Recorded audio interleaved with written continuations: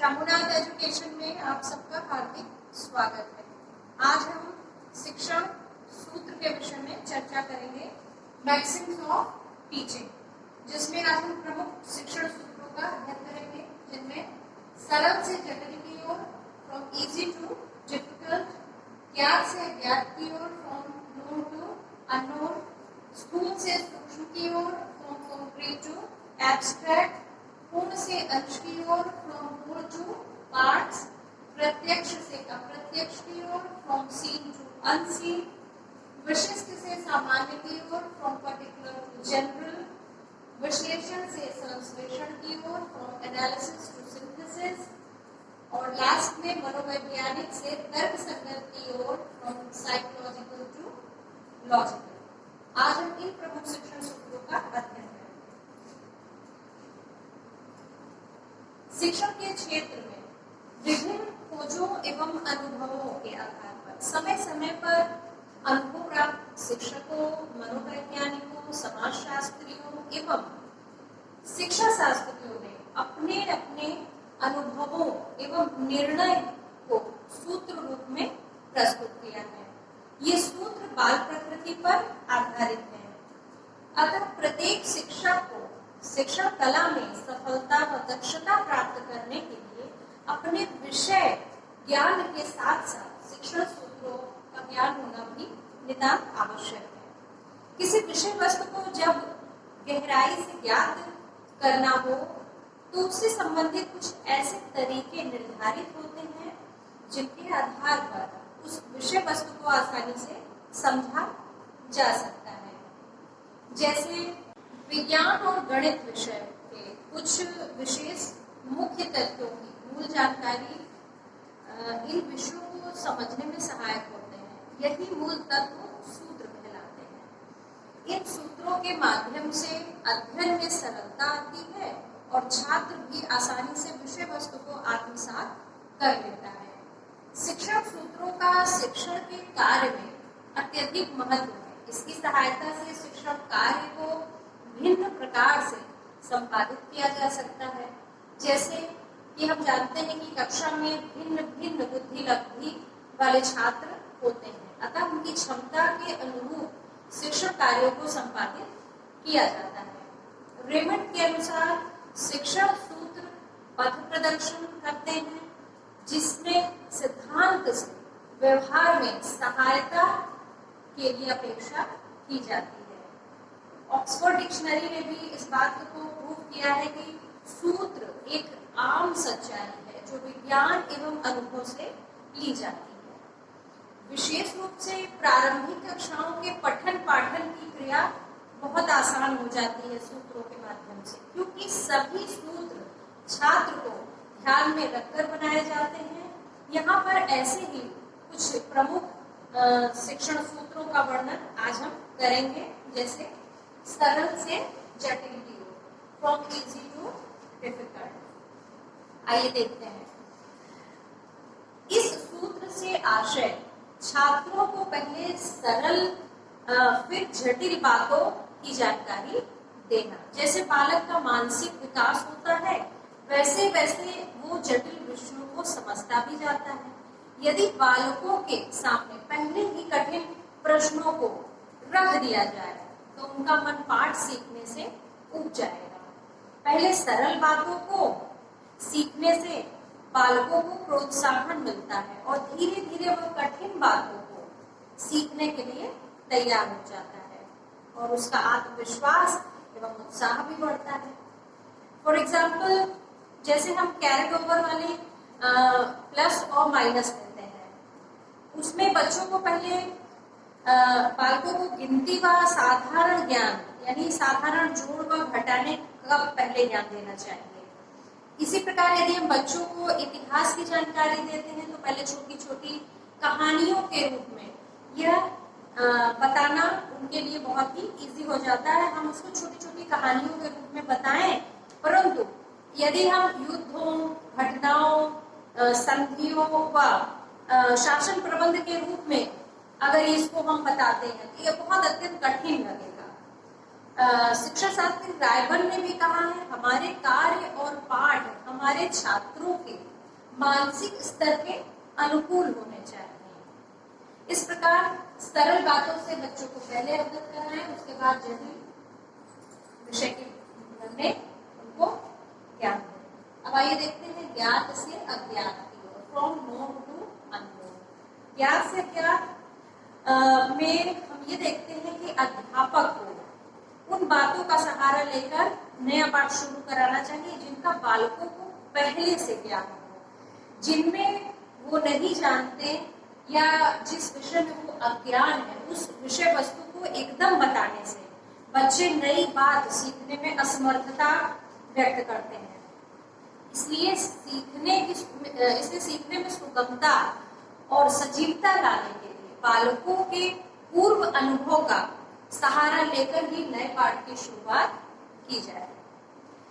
For example, जैसे हम लेते हैं भाषा शिक्षण में, भाषा शिक्षण में वर्णमाला की जानकारी कराते समय प्रत्येक वर्ण से संबंधित वस्तु को दिखाकर उसकी जानकारी कराएं। उसी वर्ण से संबंधित एक से अधिक वस्तु की जानकारी कराई जा सकती है, जैसे का से कमल तो का से कलम, का से कटर, का से कबूतर, एवं खा से भी शुरू कर सकते हैं वर्ड को, जैसे खत, खरगोश और खटमल इत्यादि ये माध्यम हम ले सकते हैं।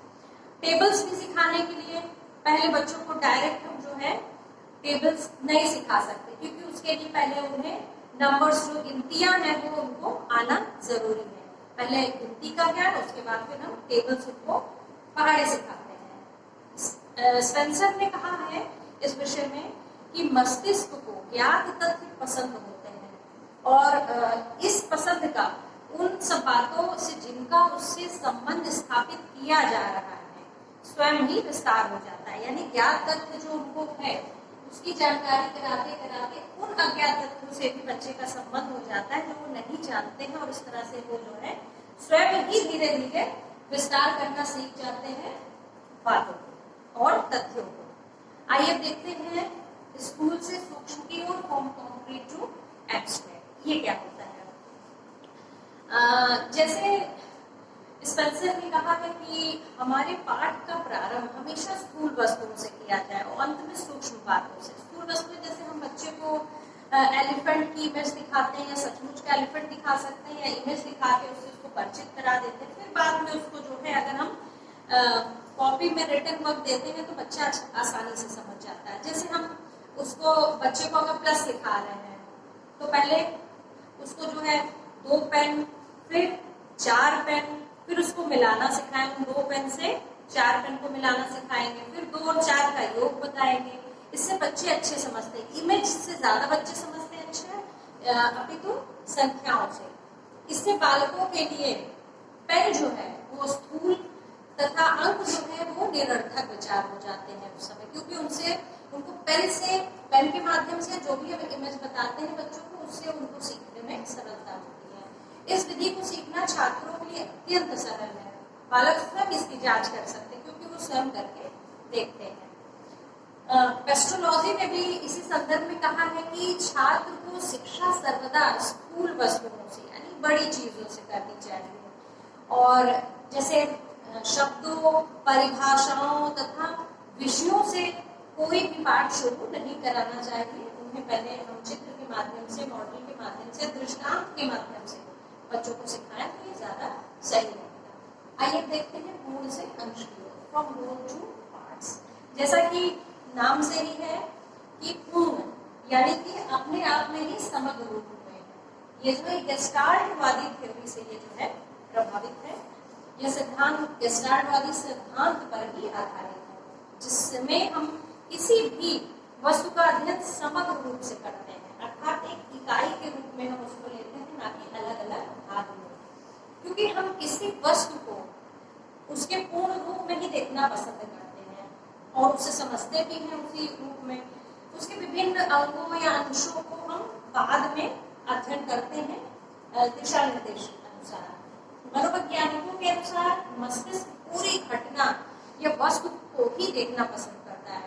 विभिन्न भागों का प्रस्तुतिकरण उसके लिए अधिक महत्व का नहीं है। जैसे बालक किसी ट्री को देखता है, पेड़ को देखता है, तो उसे पूर्ण रूप में देखता है, अलग अलग भागों में नहीं। शिक्षक को छात्रों के इसी पूर्व ज्ञान का लाभ उठा करके उसे पेड़ के जो ट्री है उसके रूट्स है, स्टेम है, लीव्स है, फ्लावर्स, फ्रूट्स के बारे में जानकारी उसी समय दे देनी चाहिए। इससे बालक जो है, जो भी छात्र है, वो भलीभांति परिचित हो जाएंगे। एक हम एग्जाम्पल कंप्यूटर का ले सकते हैं। जब हम कंप्यूटर दिखाते हैं तो क्या बोलते हैं, ये कंप्यूटर है, बच्चे को परिचित कराते हैं।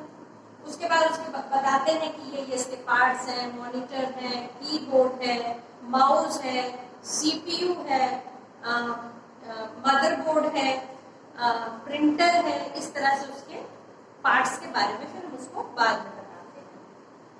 आइए अब देखते हैं प्रत्यक्ष से अप्रत्यक्ष की ओर, फ्रॉम सीन टू अनसीन।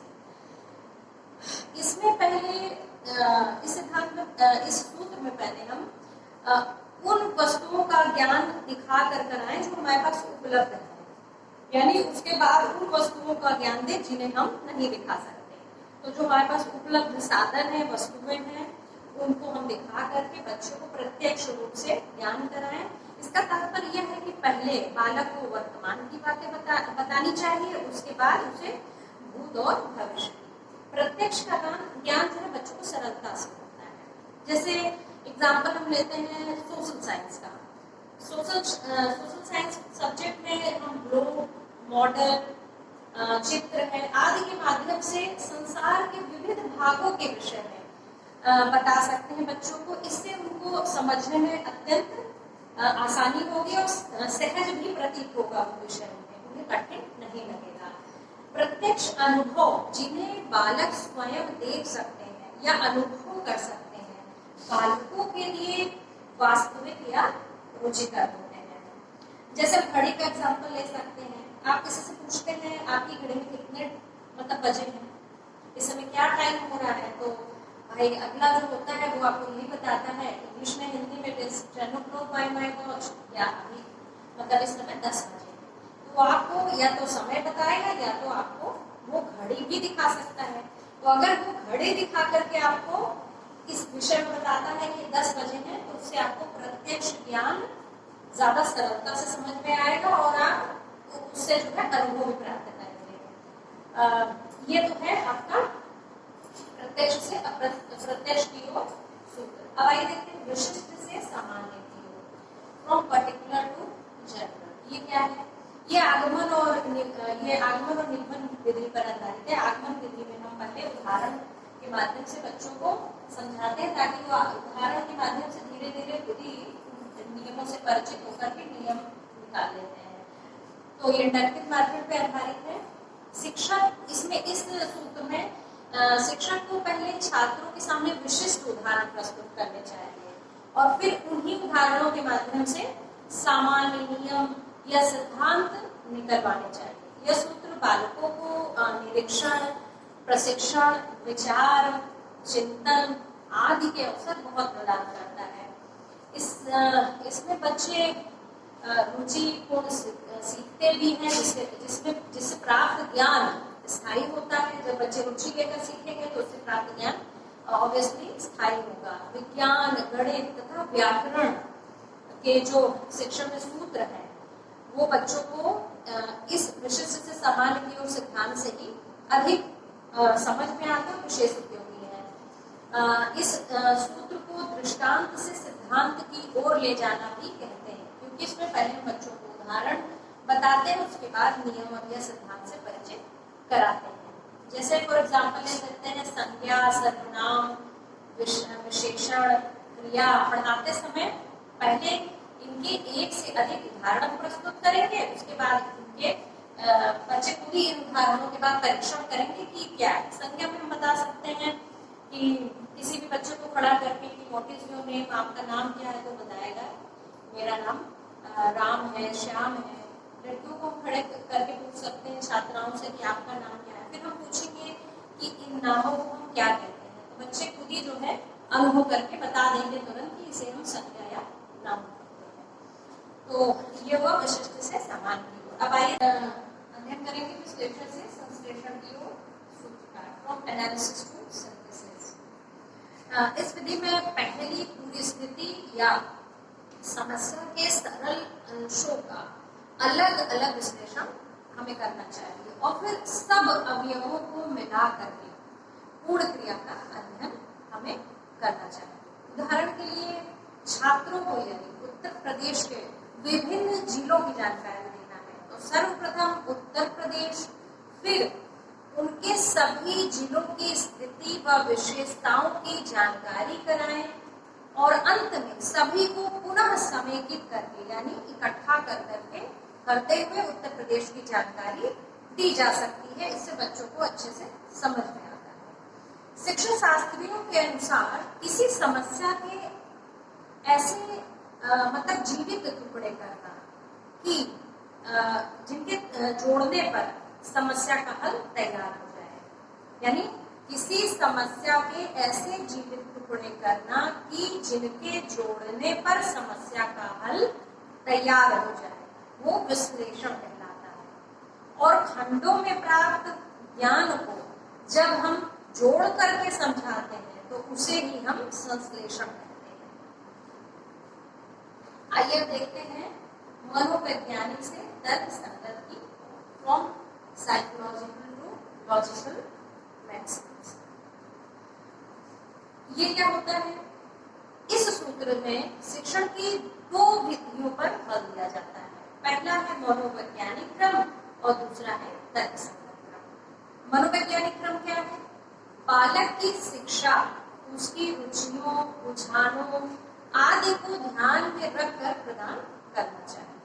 जैसे उसके ज्ञान का विकास होता जाए वैसे वैसे वह क्रमबद्धता की ओर बढ़ता जाता है और हम उसे क्रमबद्धता की ओर ले जा सकते हैं, क्योंकि छात्र की आयु के साथ ही उसका बौद्धिक विकास भी होता है। नेक्स्ट है इसी का दूसरा पॉइंट, तर्क संगत। तर्क संगत क्या है? अगर हम किसी विषय को पढ़ा रहे हैं तो उस विषय को प्रारंभ में उसके प्रारंभिक विकास को ध्यान में रखते हुए छात्र के सम्मुख तर्कात्मक ढंग से विभिन्न भागों तथा खंडों में विभाजित करके प्रस्तुत किया जाए तो वो छात्रों को अच्छे से समझ में आता है। जैसे छात्रों को मुगल कार्य स्थापत्य कला की जानकारी देना है तो मनोवैज्ञानिकों की विधियों के अनुसार मैं बता रही हूँ कि उन्होंने कहा है कि पहले उन्हें महत्वपूर्ण स्थलों के चित्र दिखाकर जिससे वे पाठ में रुचि ले और तत्पश्चात तार्किक ढंग से उसकी स्थापत्य संबंधी विशेषताओं को बताइए। अगर हो सके तो उन स्थानों पर बच्चों का भ्रमण करवाइए। इससे बच्चों में जो इतिहास के प्रति रुचि जागृत होगी और वो विषय वस्तु को समझने में रुचि लेंगे और इससे उनकी जिज्ञासा बढ़ेगी। इस प्रकार ये महत्वपूर्ण शिक्षण सूत्र सार्वभौमिक रूप से स्वीकृत, विश्वसनीय एवं उपयोगी माने जाते हैं। इस प्रकार शिक्षक पढ़ाने में कौशलों के साथ साथ शिक्षण सूत्रों का प्रयोग करता है जो जिससे शिक्षण और अधिक प्रभावी बन सके। अध्यापन में भी सरलता आती है। एक सफल शिक्षण वह है जिसे अध्यापक पढ़ा रहा है और छात्र आसानी से ग्रहण कर रहे हैं। शिक्षक अपने अध्यापन कार्य में अच्छे प्रदर्शन करना चाहता है और विषय वस्तु को अच्छी तरह समझाकर प्रस्तुत भी करना चाहता है और विषय वस्तु के प्रति बच्चों की रुचि भी उत्पन्न करना चाहता है ताकि वह अपने शिक्षण कार्य को सफल बना सके और छात्रों से भी वह विषय वस्तु को आत्मसात करा सके और उन्हें उस विषय के प्रति रुचि जागृत करे और उन्हें प्रोत्साहन और आत्मविश्वास में उनके वृद्धि कर सके। इसी के साथ ही आज का वीडियो यही समाप्त करते हैं। अगले वीडियो में फिर आपसे मिलेंगे। तब तक के लिए अपना और अपने परिवार का ख्याल रखें, घर में ही रहें, सुरक्षित रहें। नमस्कार।